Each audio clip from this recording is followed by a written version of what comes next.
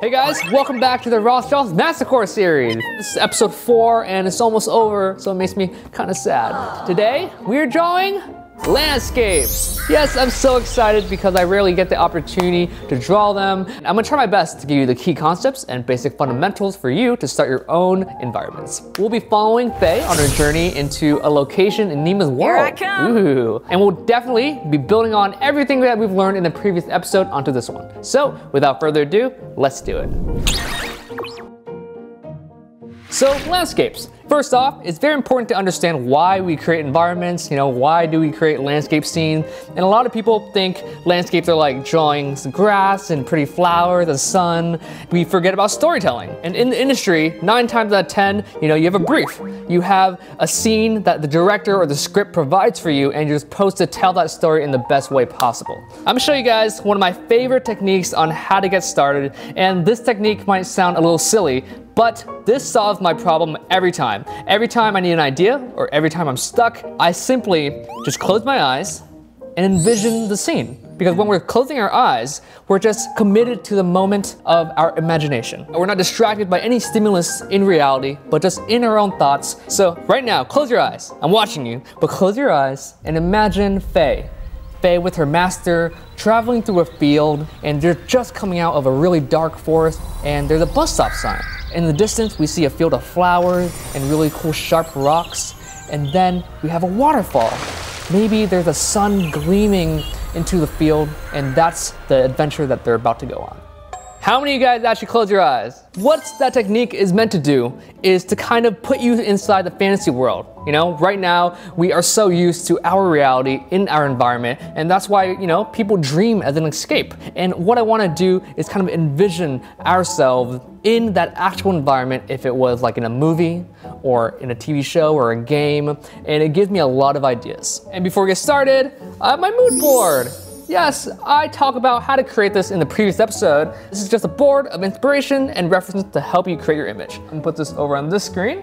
And in the previous episode, I skipped over doing composition because I already had a clear idea of where I'm going. But for this episode, I don't really know what I'm painting yet, so I'm gonna explore the painting with you guys. First off, we're gonna do napkin sketches. Yes, I made a template here. I love doing these, and you want to think of it as a sketch on the napkin. If you have a friend and a client on the other side, and you want to quickly portray your ideas, you want to quickly draw on the napkin, and then give it to them. And they can understand what is going on, even though it looks like scribbles.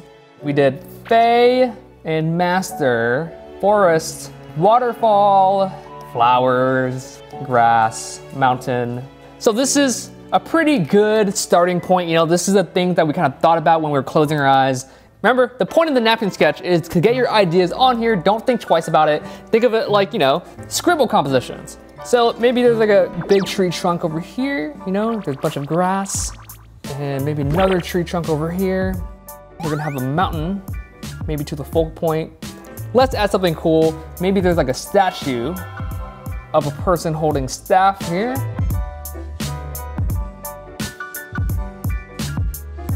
Yeah, that's a quick idea that I have. Usually your first few ideas aren't that good, but the most important thing in these sketches is to establish scale. Scale is so important because we are human and we have to understand the size reference to where we are in the environment.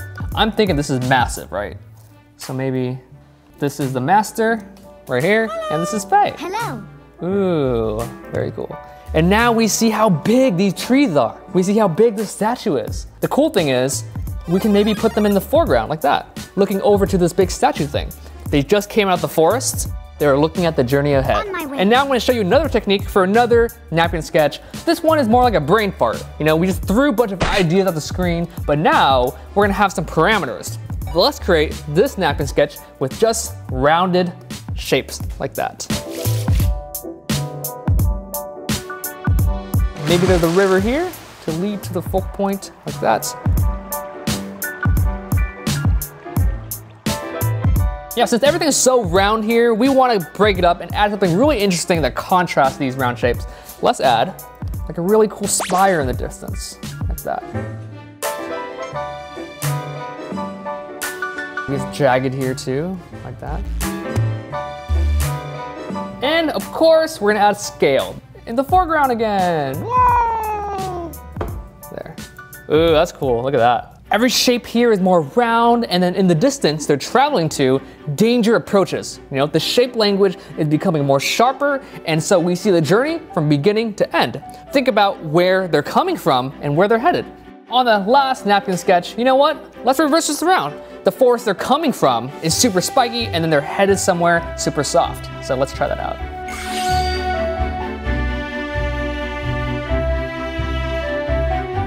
And then they're heading somewhere a little more rounder. So maybe it's like a floating, beautiful castle. And of course, we're gonna add scale. Maybe they're already headed there. So let's put them right here. I kind of just took the second one and reversed the shape language. Maybe they're coming from something super jaggedy, something super sharp, like a dangerous forest, and heading towards the light. Something really beautiful. It embodies safety, it embodies home, like we're headed home. I know a lot of environments and landscapes are horizontal, trying to depict a cinematic moment, but I love creating vertical environments. So let's try a vertical one. I'm thinking maybe like a really big tree. I totally forgot about my bus stop sign. So let's add a bus stop sign here. Maybe they're headed towards like a really nice waterfall. Maybe there's a castle maybe here. And last but not least, let's add our people. Hey. You see how big that tree looks now, right when I added the scale? That's why scale is so important. And you can make the tree even bigger, you know, just make this really small. Oh my God, that's such a big tree. That's actually a really big bus stop. I don't think the bus stop's that big. Man, let's put cats. Cat on the tree. Cat on the bus stop sign. Cats everywhere. Awesome. Yeah. Napkin sketches. And from here, I will choose one to commit to, and I just have to go with my vertical landscape. You know, I have a vision for this, and I want to commit to it. So we're gonna do this one. I'm just gonna knock this down, and we're just gonna refine this a little bit. You don't wanna figure things out at the end, you know, you don't wanna go, wait, is this a rock? Or is this a cloud? Or what the heck is this? I have no idea. You wanna try to solve all your problems at the beginning, and then we can kind of just have fun at the end. So let's do that. Here we go!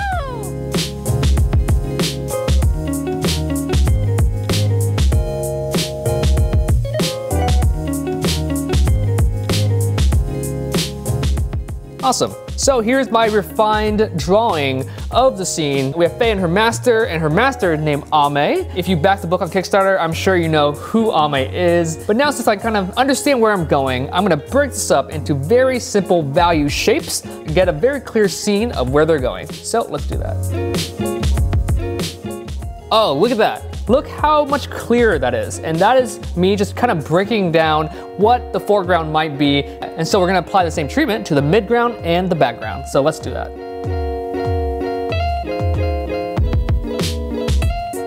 And now we can clearly see what's going on. We see the foreground, the middle ground, and the background. Yeah, and a good practice when you're working in the industry or working on your project is to show the journey and the dynamics in the story. And a very good rule is to not have too much information for the viewer because they can easily get overwhelmed. You want to be simple, you know, where they came from, where they're going, and where they're going to end up at. Yeah, so this is where they came from, where they're going, and where they're gonna end up at. A lot of people like to cram information inside their environment, so it's like where they came from, they're gonna stop over here, and they're gonna go up there, and maybe, you know, they'll go home for a bit, and then they'll go all the way up to the waterfall, and oh look, a pretty bird. They're gonna go fly in the birds a little bit, and then finally they end up at the castle. And that's way too much information for the viewer. You want them to understand your image within a second or less. It's that time of the day again where the sun is here and it is blasting down on my face. And so I'm just gonna go grab a quick bite, wait for the sun to come down, and I'll check back soon.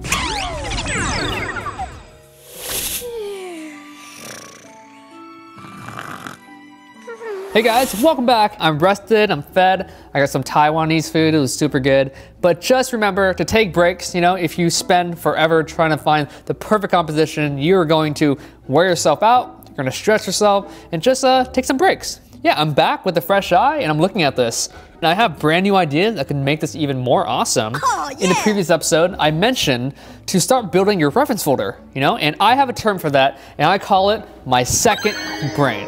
It is a folder of assets, and it's like another brain that you can access whenever you're stuck. When you're working in the industry, 9 times out of 10, you are working to be efficient. There are deadlines, there's a set budget. No one is paying you to paint every leaf unless you are the most amazing leaf painter.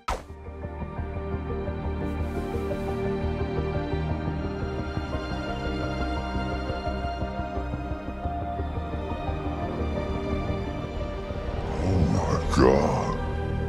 I'm gonna show you some really cool photo techniques that can help me get this done.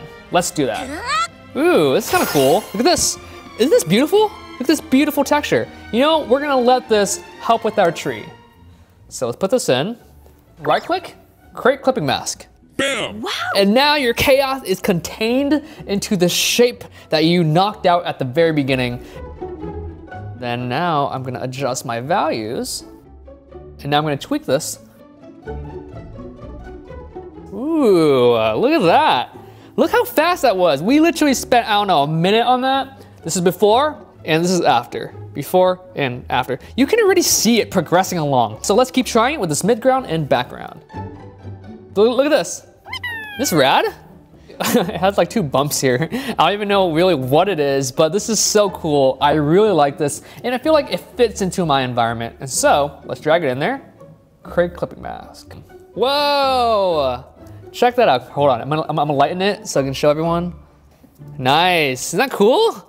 The cool thing is, this technique is so experimental. You know, you can keep trying new things and it will be different each time. And you just go based on feeling, you know? You know what, let's swap this out for something else. Let's try that. Ooh, this is from NASA. I think this is a picture of Mars. So why not we take photos from outer space and different kind of minerals and put it into our painting. Check that out. Now it's like a fiery rock. James, isn't that cool?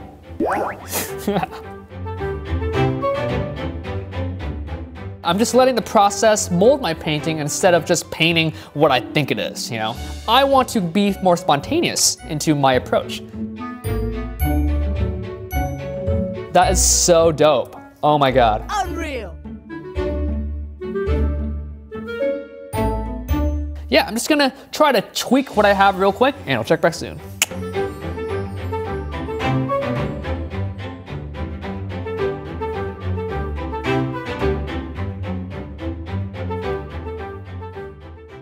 And here's our painting so far. It's looking pretty good, you know? It's slowly but surely taking its shape, and I highlighted important things like this bus stop sign. These characters are gonna have a presence as well. And I've added some really cool flowers, you know, to add some life. Hey, you can see that the foreground elements in the midground is much more contrasted than the background. And we call that atmospheric perspective.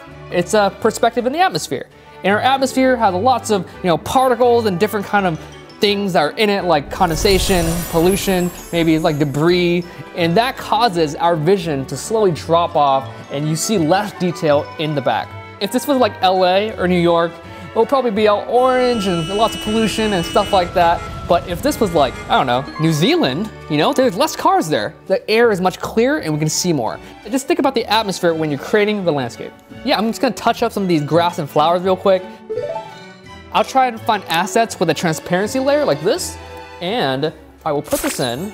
Ooh, oh my God, look. They're all in the shade and stuff. We have our shape already, and now we're just trying to use assets to help move us along. Ooh, check that out. Look how much life that added. Yeah, just make sure it's supporting you and not carrying the whole piece.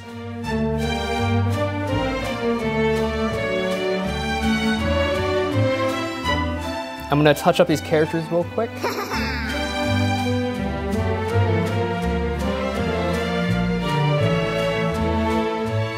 Awesome, and now we have details in our characters. You know, we define these 2 figures right here, and it really kind of helps sell the piece a lot more. We're making leaps in our painting. It's important to be a master at your tool. You know how old masters know different type of brushes, know what kind of mark they make. It's just important for you to be kind of the puppeteer and the master of your own work.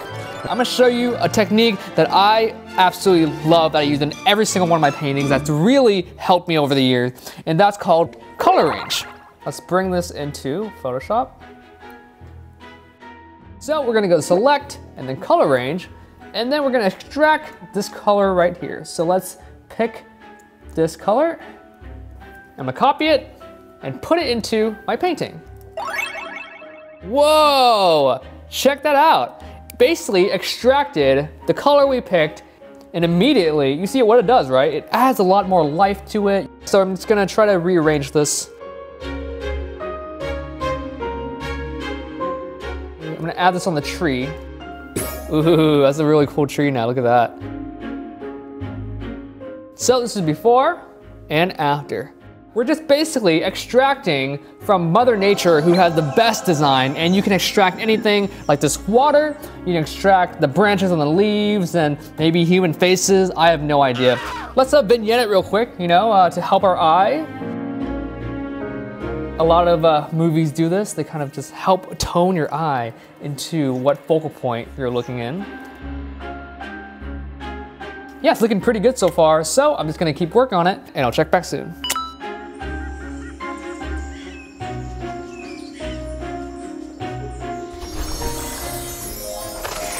So this is the progress of our piece so far, and I'm just painting now. I had all my assets and photos in here to help guide me, and then now I'm just blending every crevice and every corner, just make it really cohesive. This awesome leaf brush right here is really doing wonders for this painting right now. At the very beginning, when you thought of this idea, you know, you close your eyes and you imagine yourself in the environment, you're feeling the landscape, and does this depict what you were originally thinking of? You know, does this feel on the same wavelength? Maybe yes, maybe no, maybe you went in a whole nother direction that you really end up loving, but just be conscious of your initial objective. Yeah, so I'm just gonna work on this a little longer and I'll check back in with the final. Hey guys, welcome back. I worked on it for a few more hours and this is what we got. You ready? Oh, check that out. Oh my gosh. There's Faye, her master, you know, they just came from a very maybe beautiful forest. There's a bus stop sign, there's some cats all around, even Faye has a cat. And there's the waterfall. I think it looks really great. I feel like I am starting to really capture what I initially felt, what I initially imagined. And then we have maybe a castle or a city in the background. Maybe that's where they're heading. I feel like it's missing something. What are we missing, guys?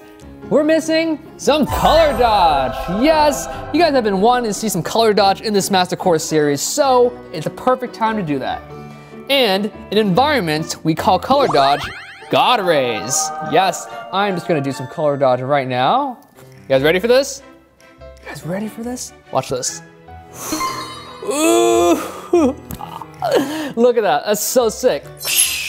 You know what? This is the best part of the landscape. I love doing this. This light is so warm, and that's why it's so beautiful to us. We gravitate towards warmth, and everything around there is more cool, it's more green, it's more yellow, and then we have this kind of orange-red light, which looks really beautiful. Ooh, check this out right here. Gorgeous. Look at that. Beautiful. That's the cherry on top. Before and after. Before and after. It really just ties your painting together. And if you want the landscape template with all the perspective lines drawn out for you, it's available on my website for free. I hope you guys enjoyed this episode. You know, landscapes. I love painting environments, and I hope I gave you some of the fundamentals and basics for you to get started on your landscape. And let's recap everything we painted in this episode.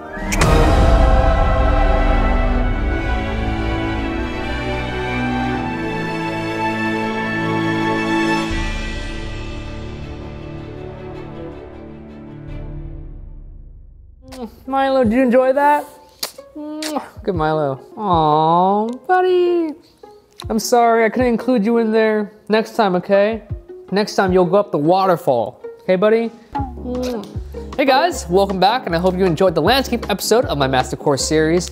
Oh man, that was so much fun. I feel like environments in general take a lot of brain power, you know, to figure out the whole story and the lighting and the shadows and like the story dynamic. And if you want the landscape template that I use in this video with the perspective line so you guys can try out your own environments, it's available for free on my website, links in the description below. And this video's question is, what were you imagining when you closed your eyes? Milo, close your eyes. What do you see, Milo? You see dog treats? Ooh la la. You see dog treats? Oh, wow. Oh, wow. Let me know in the comments below. I'm kind of excited to have a little sneak peek about what's going on inside your brain. Guys, that was 4 episodes already.